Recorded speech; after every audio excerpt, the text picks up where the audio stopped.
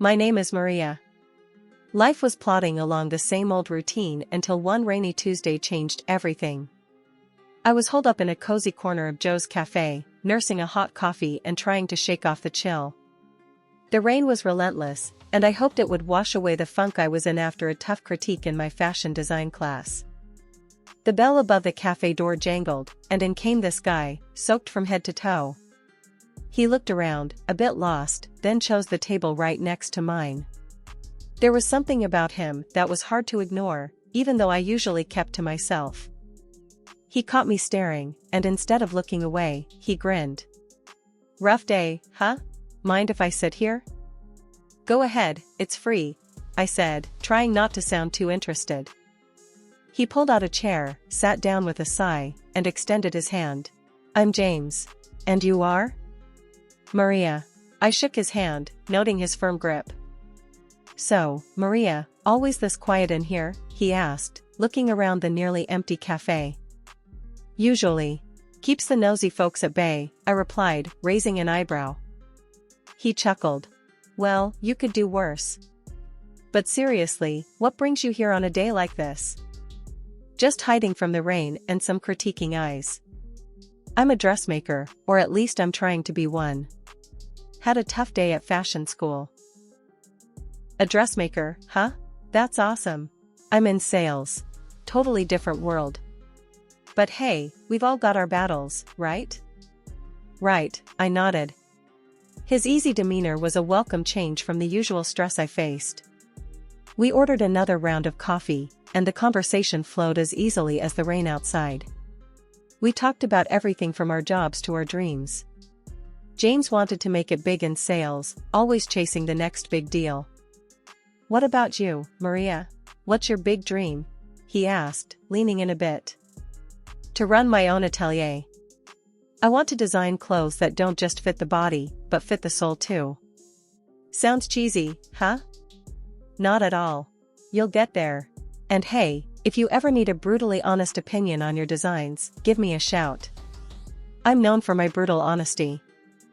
As the rain tapered off, we realized we'd spent hours talking. "Guess it's time to face the real world again," James said reluctantly. "Yeah, guess so. Thanks for the company, James. It was surprisingly nice." "Same here, Maria. Here's my number. Text me about those designs, or if you just want to escape another critique session," he said, scribbling on a napkin. James and we didn't waste any time. We knew we had something special, and before a year had ticked by, we were planning a wedding. It was nothing fancy, just close friends and family in a little chapel downtown. After we got married, things started moving even faster. We found a small apartment, big enough for two, and soon enough, it needed to be big enough for three. Lily came along, and suddenly my dreams of running my own atelier didn't seem so distant. "James, can you believe we're doing this? A family, my atelier, it's all happening," I said to him one night as we sat surrounded by sketches and fabric samples. James was sprawled on the sofa, papers scattered around him, looking every bit the part of a tired sales manager. "It's a lot, Maria. But hey, we're making it happen, right? Just gotta keep pushing." Opening the atelier wasn't smooth sailing. Money was tight, and James's income was hit or miss, depending on the month. But I was determined. I started taking custom orders, sewing late into the night while James would try and pick up extra shifts. It was a grind, but a shared one. "Hey, babe, these electric bills are killing us. Maybe cut back on the late nights?" James would say, half joking, but knowing full well the lights were on for a reason. I'd shoot back, a bit sharper than intended. "Sure, and maybe you could stop buying those fancy suits?" James would raise an eyebrow, then grin. Ouch. Low blow. But fair enough. We both gotta make some sacrifices, huh? Exactly. If we tighten up now, think of where we could be in a few years, I'd respond, softening.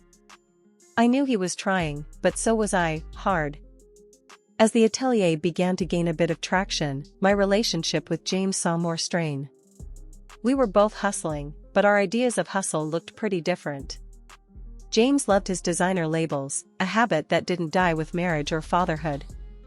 It was one of those constant nags at the back of my mind, gnawing away. "You buying another watch? Really, James?" I'd snap after seeing a new box on our dresser. "It's not a big deal, Maria. It was on sale." He'd defend himself, his tone defensive. "A sale? We need a new sewing machine. That's what we need on sale," I'd retort, frustration bubbling over. These spats became more frequent. They said money problems could break a marriage, and now I understood why.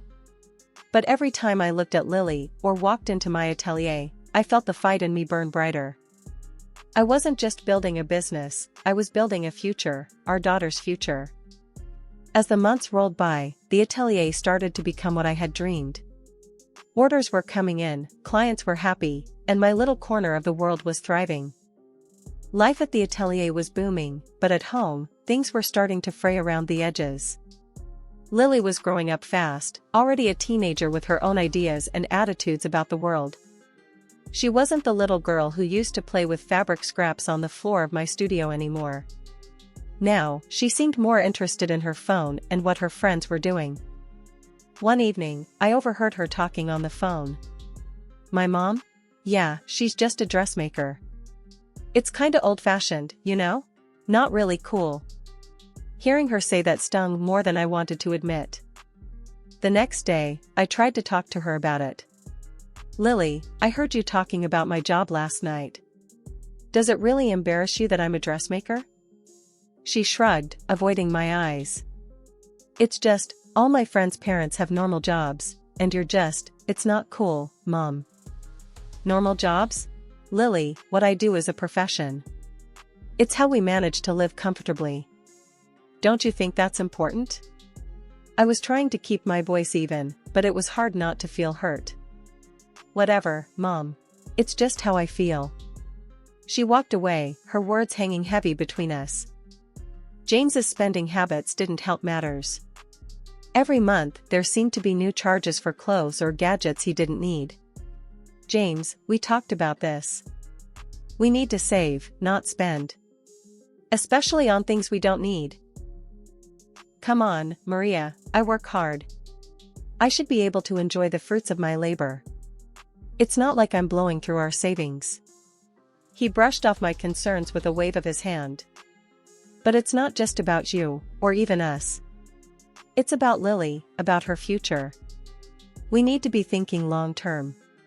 My voice was rising, frustration boiling over. All right. I get it. I'll cut back." James's reply was quick, an attempt to end the conversation more than a promise to change. Then there were the moments with Lily that felt like trying to talk to a stranger. "Lily, you used to love coming to the atelier. Don't you want to help me out anymore?" I asked her one Saturday morning, hoping to reconnect. "Mom, that was when I was a kid. I'm not interested in that stuff anymore." She barely looked up from her phone. I sighed, feeling the rejection. "You know, I built all this for us, for our family. I thought you'd be proud." "Mom, it's just not my thing, okay?" Her tone was dismissive, and it felt like a door slamming shut. One day, scrolling through Lily's phone while she was doing homework, I stumbled across a photo that made me pause. It was Lily and an unfamiliar young woman, both smiling at the camera. "Lily, who's this with you in the picture?" She glanced over, her expression shifting to discomfort. "Oh, that's just my friend's mom." But it didn't stop there. Lily started spending more time with James, often out of the house. Meanwhile, I buried myself in work, barely seeing them. I noticed more photos popping up on social media, Lily, James, and the same woman at various events and beautiful places. It became a pattern, this mysterious woman always there, smiling alongside my family while I was left out, sewing away into the night. Coming home that night felt different. The house was too quiet, and a sinking feeling hit me as soon as I turned the key in the lock. I called out, expecting to hear James or Lily, but there was no response. My heart thudded painfully in my chest as I stepped further inside. The living room light was on. I rounded the corner and stopped dead in my tracks. There, on our sofa, sat James and a woman, the same woman from the pictures. "James, what is this? What's going on?" My voice came out sharper and louder than I intended. James didn't even have the decency to stand up. He just looked at me, cold and distant. "Maria, this is Helen. She's moving in. We need you to move out." The words were so blunt, so brutally delivered, they nearly knocked the wind out of me. "Move out? This is my home, James. You're asking me to leave my own house?" Helen smirked, crossing her legs and looking around like she owned the place. "Well, it seems like James made his choice, honey. Best you make this easy on everyone and just leave." "Shut up," I snapped, my focus shifting angrily between her and James. "I'm not talking to you. James, how could you do this to us? To your family?" James stood up finally, his expression one of annoyance rather than remorse. "It's done, Maria. I'm done. We're done. Helen is here now, and that's just how it's going to be." I felt dizzy, the room spinning as their words echoed in my head. "And Lily? Does she know about this? Does our daughter know that her father is kicking us out for her?" James shrugged, a cruel indifference settling over his features. "Lily is fine with it. She likes Helen. She understands things you never did. She doesn't want to see you anymore." That hit harder than anything. My own daughter? Siding with this betrayal? I pulled out my phone, my hands shaking, and dialed Lily's number. "Lily, is it true? You really don't want to see me anymore?" There was a pause on the other end, then Lily's voice, cold and distant. "Yeah, Mom, it's true. Helen's cool, you know? She gets fashion, she's fun. Not like you, always stuck with your sewing and clients. You're just old-fashioned." Tears welled up in my eyes as I listened to her words. All those nights I stayed up working, all the sacrifices, it was all for her, for our family. And this was how she saw me? I hung up, my heart shattered into pieces. Helen looked pleased, her confidence swelling as she demonstratively stroked James's back, her smile haughty. I couldn't stand to be in that house another minute. I silently packed up the necessary things, my movements robotic. As I walked out the door, the sobs I had been holding back broke free. The drive to the hotel was blurry through my tear-filled eyes. Sobbing with resentment, I checked into the hotel, feeling lost and betrayed. I woke up in the hotel room feeling like I'd been run over. My head ached from crying, and my eyes were so swollen it hurt to blink. My phone buzzed with a message from Anna, my best friend who worked at a law firm. She had heard about the breakup and was checking in. Meeting Anna at a nearby cafe, I tried to compose myself, but as soon as I saw her concerned face, the dam broke again. "Maria, oh my God, are you okay? What happened?" Anna reached out, her voice full of worry as she grabbed my hands across the table. I shook my head, my voice a whisper. "James, he's with someone else. Told me to get out of our home. And Lily, she's siding with him, Anna." Anna's face hardened. "That's just cruel, Maria. You don't deserve any of this. You need to fight back, and I know just the person who can help." I blinked, taken aback. "A lawyer, you mean?" "Yes, the best divorce lawyer in the city. I've seen him in action, Maria. He's tough, smart, and he doesn't let anyone push his clients around. I'll call him right now if you want." "Do you think I can afford him, though? With everything going on?" Anna waved off my concern. "He's worth every penny, and I'll help you with the costs if it comes to that. No one messes with my best friend and gets away with it." Encouraged by her fierce loyalty, I nodded. "Okay, call him. I want to see James regret what he's done to me and Lily." Anna quickly dialed and spoke briefly with someone on the other end. After she hung up, she smiled. "He can meet us tomorrow. He said to bring anything that might help your case." The next day, meeting the lawyer felt like stepping into a new chapter. His office was stark but impressive, and his handshake was firm. Mrs. Richardson, I've been briefed by Anna. I assure you, we're going to sort this out. Now, tell me everything. As I recounted the details, the lawyer took notes, his expression growing more intense. Your husband's actions constitute not only infidelity but also financial betrayal. We can fight for not only your marital home but also adequate support for you and your daughter. Thank you, I just want what's fair. For me and my daughter. Of course. Now, about your financial situation, do you know if your husband has been diverting family funds for his affair? I don't know. I've been too shocked to look into it. We'll get on that right away. If he's been using marital assets to fund his lifestyle with this other woman, that strengthens your case considerably. After the meeting, I went straight to the bank to pull up the bank statements the lawyer requested. My heart sank as I scrolled through the numbers. The savings account that I had earmarked for Lily's education and our retirement was nearly empty. Transactions showed payments for jewelry, expensive restaurants, and trips, none of which were for me or Lily. I gasped, the realization hitting me hard. I had been robbed blind. Back at the lawyer's office, I showed him the statements, my hands trembling. Look at this. It's all gone. He spent it all. The lawyer's eyes narrowed as he reviewed the documents. This is outright theft, Maria. We will definitely get this back. He's not going to get away with it. Before the courtroom drama even began, my lawyer tried to ease the tension and the potential fallout by offering to conclude a settlement agreement. He thought it might be best for everyone, especially Lily, to avoid the spectacle of a trial. But James flatly refused. He was convinced he could win in court and wouldn't budge. I had a heart-wrenching meeting with James and Lily right before we were set to appear in court.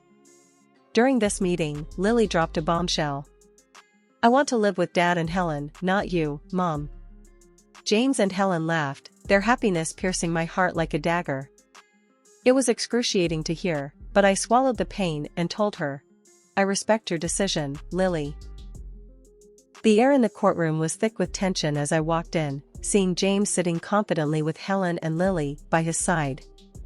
My lawyer gave me a reassuring nod as we approached our table, ready to face whatever came our way. Remember, stay calm and stick to the facts, he whispered as we sat down.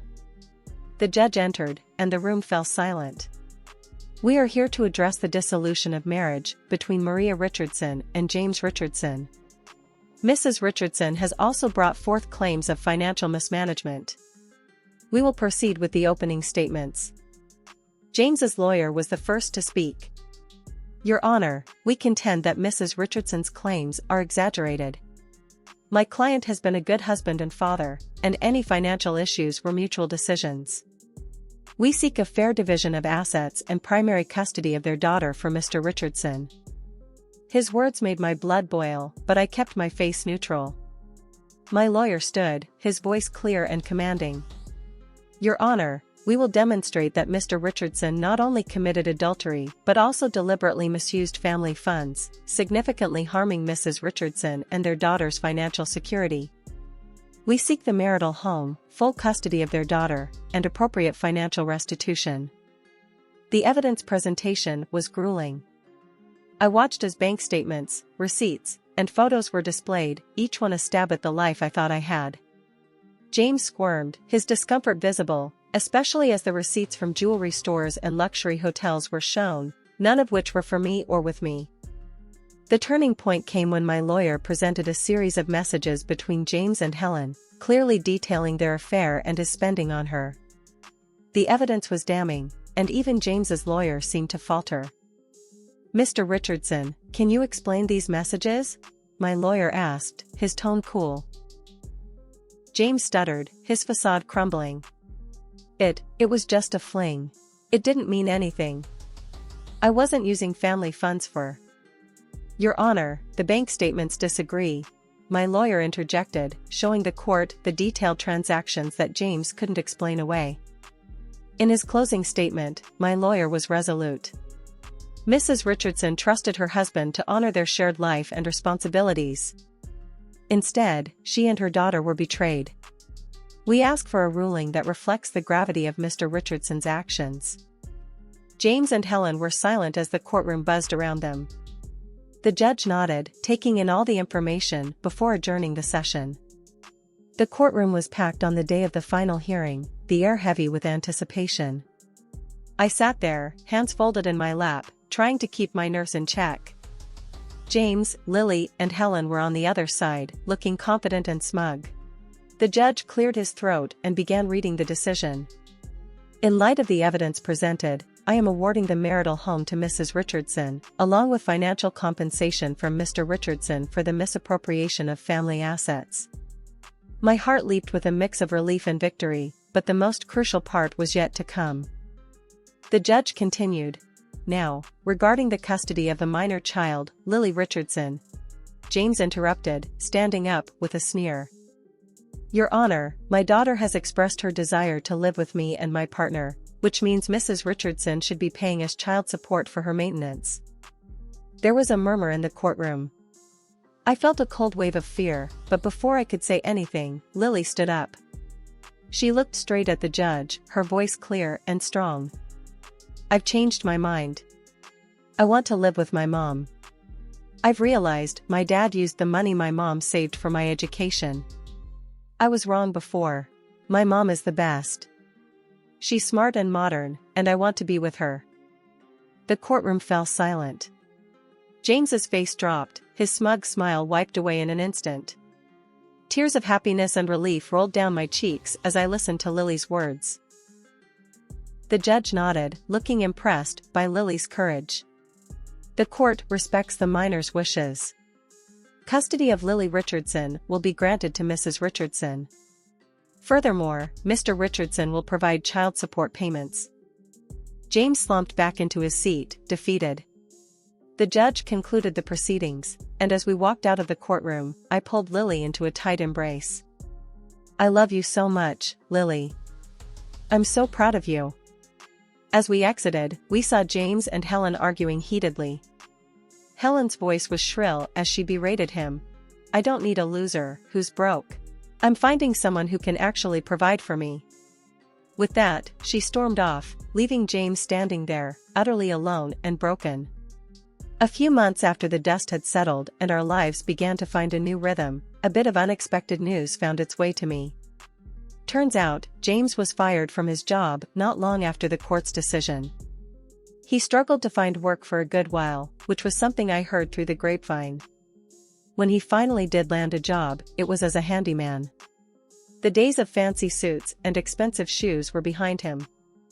With that chapter behind us, life in our new home felt like waking up to a new world. Mom, I was thinking. Lily started, her spoon clinking against her cereal bowl. Why don't we do something big with the atelier? Like, really shake things up? I smiled, sipping my coffee. What do you have in mind?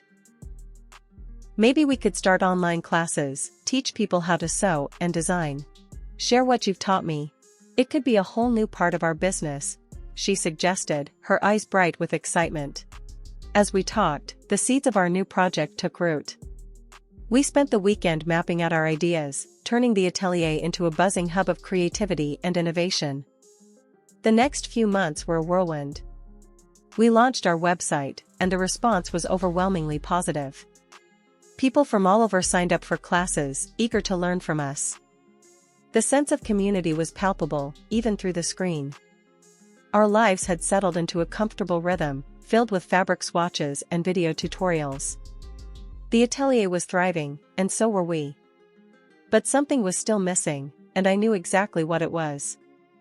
One sunny afternoon, I broached the subject with Lily. How would you feel about moving to a bigger place? Somewhere with more space for both our home and the business? Lily's eyes lit up. Really? Could we? I've been saving up, and with the business doing well, I think it's the perfect time. We could use a fresh start, don't you think? Absolutely, Mom. Let's do it, she agreed without hesitation.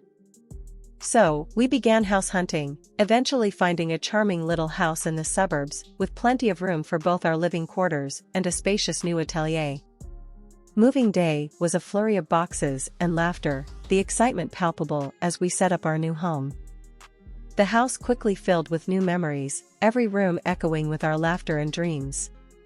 The atelier, now twice the size of our old one, became a local hub for aspiring designers and hobbyists alike. Looking out over our new beginning, I knew we had finally found our place in the world. It wasn't just about surviving, it was about thriving, about making each day count.